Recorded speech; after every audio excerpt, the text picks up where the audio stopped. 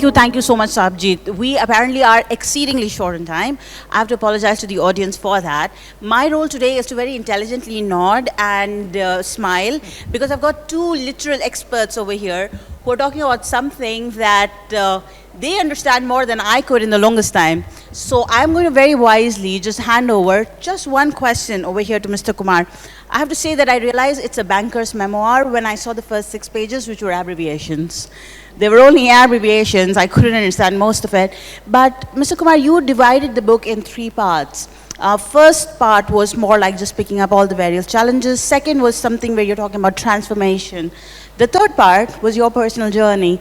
I was just hoping if you could give us a little bit of an insight on what you were thinking, and especially share the experience of writing the third part. Yeah, very good question. So, this question very often gets asked. And as you have rightly mentioned, that the book is divided in 3 parts. And the thought process about this book was that a lot of questions were being asked about Yes Bank, Jet Airways, non-performing loans. Then there was a lot of media debate on television, in print media, and where everybody felt that bankers are the most crooked people in this country. If you watch the media and this thing. And so I thought that I should try to put honestly the things in perspective. And the third part also because there is an organization of more than 250,000 people. And there are many youngsters who have aspirations and dreams. So I thought that if I share my story, which was full of struggle in the early life, then maybe some people will draw some inspiration.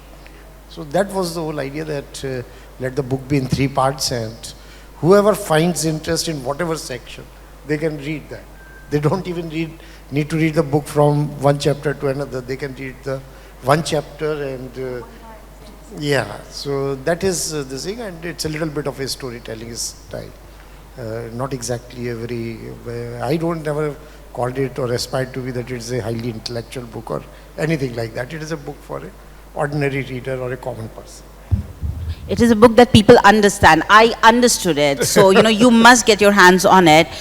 Everybody who reads Businessworld, who is on LinkedIn, probably knows Mr. Prabal Basu already.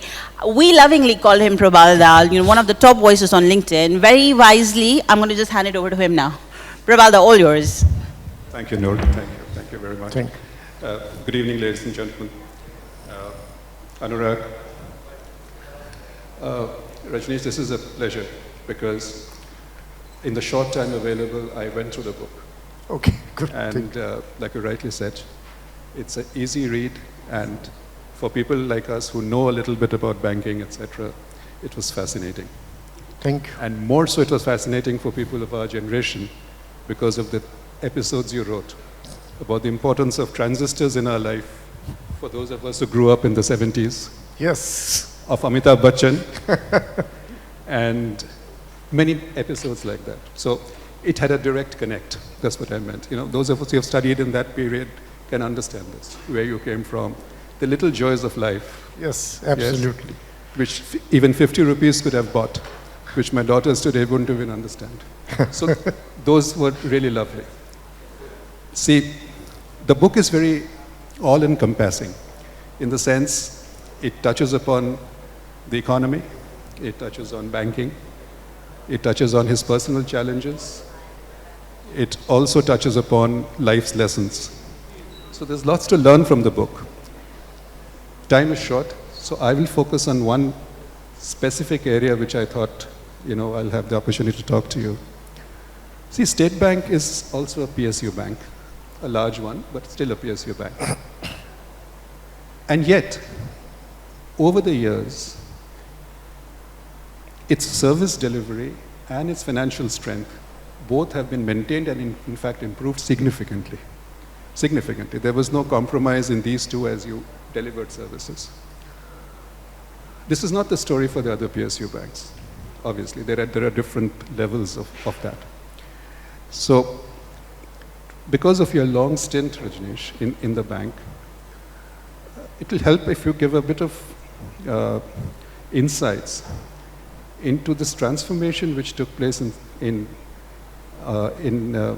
state banks so successfully, which other PSU banks could follow as a model perhaps, more into the leadership strengths of your different leaders, including yourself. How did you challenge the existing orthodoxies as you change such a big ship like this?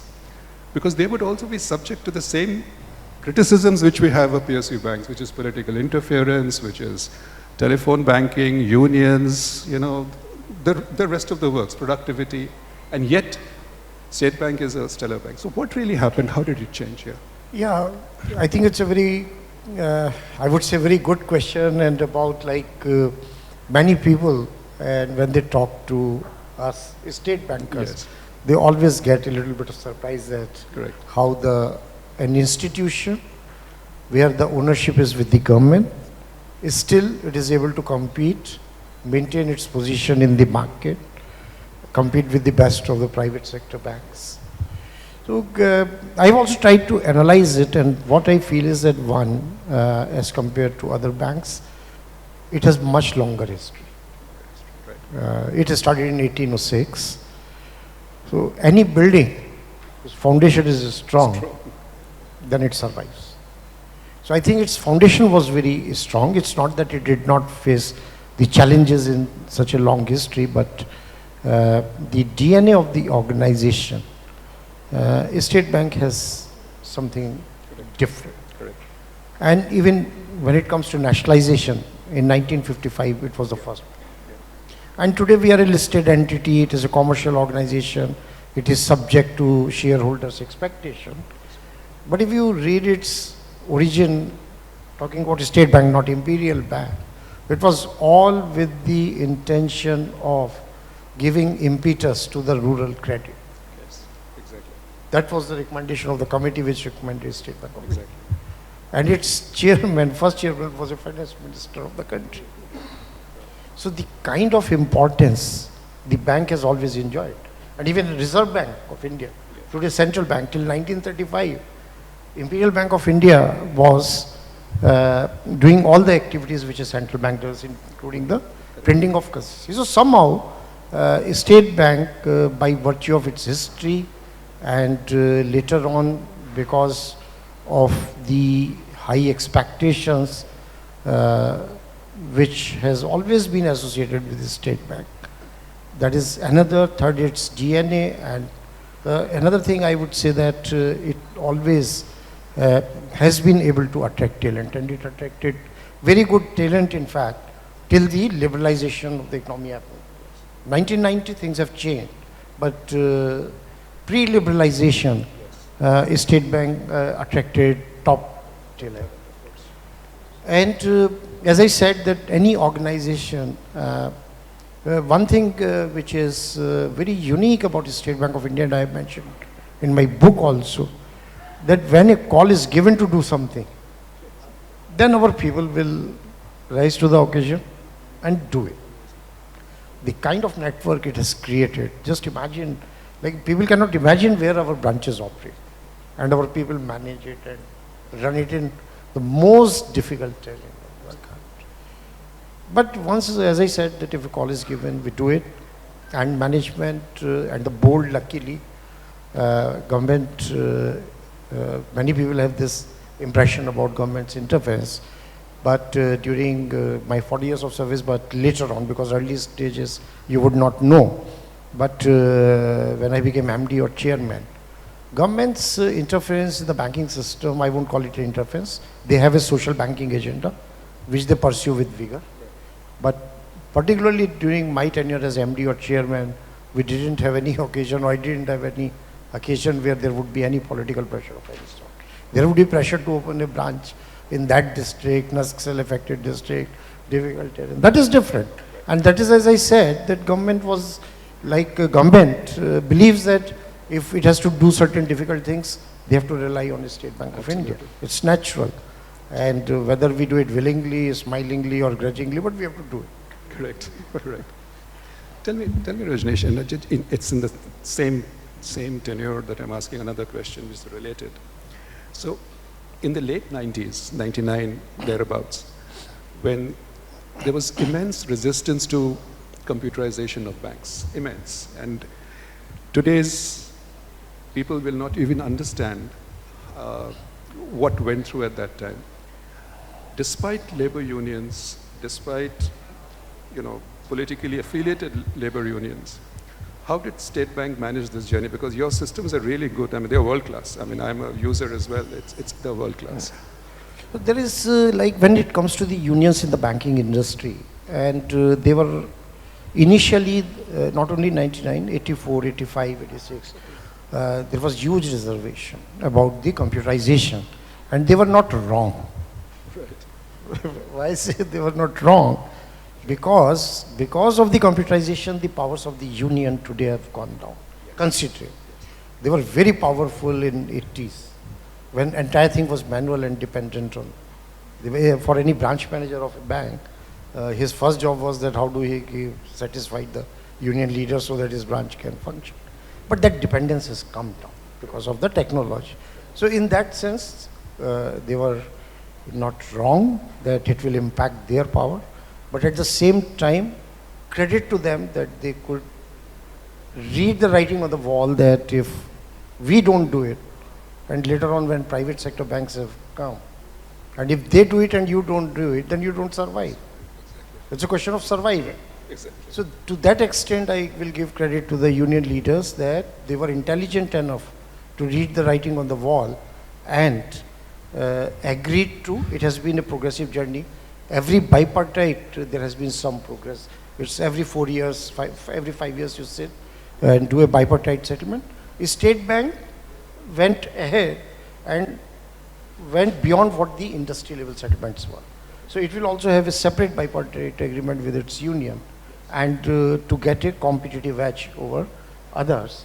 But now nobody talks about like this thing. Now it is a given, and everybody has seen what is the power of digitization and how it improves productivity. And today it's no question around this. Whatever banks want to do, they can do. They are free to do it. It's all about their vision of the board and the top management team. And there are no roadblocks according to me. And that is where State Bank has proven by creating a world-class digital bank, which is, it is today really global in scale and people talk about it. And that has come from a bank which is owned by the government. So all the myths about that government ownership doesn't allow you to work. They are broken. That is fascinating. That's fascinating. Noor? Thank you, Prabalda. Last couple of minutes. Everything that Mr. Kumar spoke about, he has actually shared that experience in the book. So I encourage you once again to get your hands on it. The last part of the book, I have to say that was my favorite. It's the journey of a gentleman who started his life as a young boy in Meerut, went on to become the top boss of the largest bank in India and among the top 50 in the world. We had this session with Dr. Mukesh Batra today, and he said sometimes when you're writing and you bring out your experiences, you're reliving that pain. I just wanted to get your sense, when you were writing, what was that, especially that portion, what was that like? You've written about some of your losses. Yeah. What was that as an experience? So I would say that on the whole, because I have enjoyed life as it was. When we didn't have 1 rupee in our pocket, even then the life was good and enjoyable. You shared this. So other than one personal loss which I have shared in the book, so that was I would say in my entire life, and sometimes I wonder, my wife and myself, we think that why it happened. So other than that, I think the money part has not bothered us. We can live very frugally and if money is there, we can spend it also. So both ways we are happy, and I always loved and was passionate about what I was doing in the State Bank. And when I joined the State Bank, I think everybody joined for a lifetime opportunity. Things have now completely changed, and people get surprised at how could somebody work for 40 years in an organization. So that is not the way today's generation thinks, but our times were different. Absolutely. Is there Time We have exactly 40 seconds. If you can do Twitter type rapid in like 37, you can go for it. This is not a rapid question. It's very deep, so let's leave it. We will keep it for some other day. We have him with us over here. If anybody wants to take on more questions on the side, you should. Once again, get your hands on the book. Really good. And I'm going to give it to Sahibjit now. In the meanwhile, please, a very loud round of applause for both the gentlemen.